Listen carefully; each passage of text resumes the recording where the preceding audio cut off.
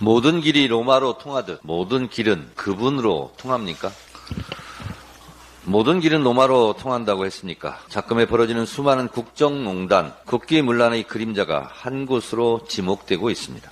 그 유명한 도이치모터스 주가 조작 의혹 사건부터 디올 명품백 수수 사건이야 널리 알려진 일이지만 요즘 새롭게 부각되고 있는 최혜병 수사 외압 사건에도 그분의 그림자가 짙게 드리워져 있는 것 같습니다.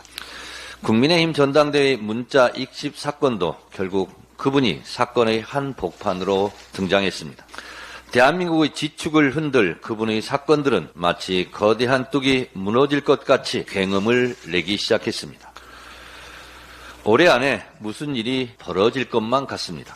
모든 길이 로마로 통하듯 많은 일들이 그분으로 향하고 있습니다. 그분은 누구일까요?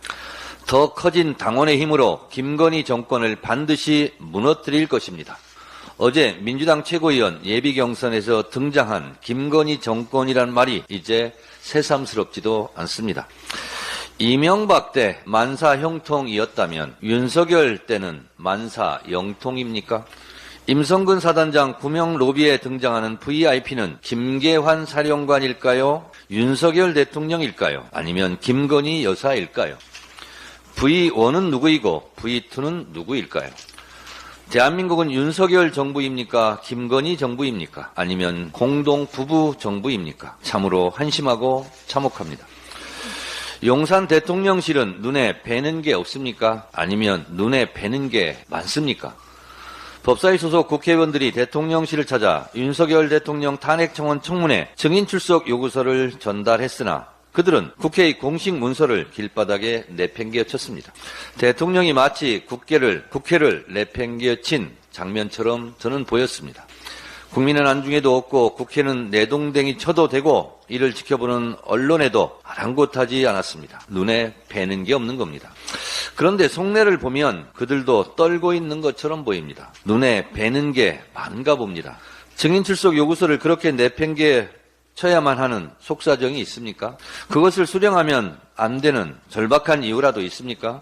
증인 출석 요구서를 수령하면 대통령실 관계자가 국회 청문회에 출석해야 하고 출석하면 드러날 비밀이라도 있는 겁니까?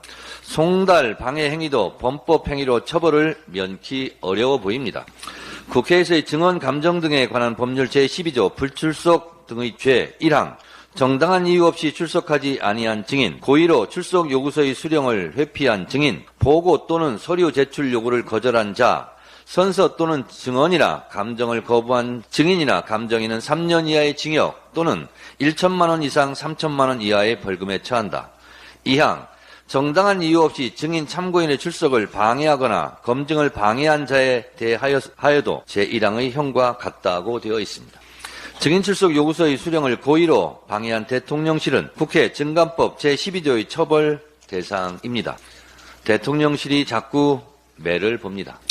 주말 동안 제가 헌법재판소 검사 탄핵 변호사를 해임했다고 국민의힘이 저를 비난하던데 그 비난을 돌려드립니다.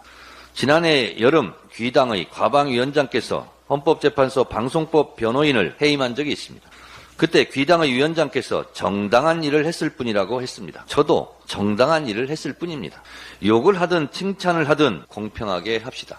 눈에는 눈, 이에는 이 받을 만큼 돌려준 겁니다. 그런데 말입니다. 02800-7070 전화번호는 진짜 누구 겁니까? 혹시 땡땡땡.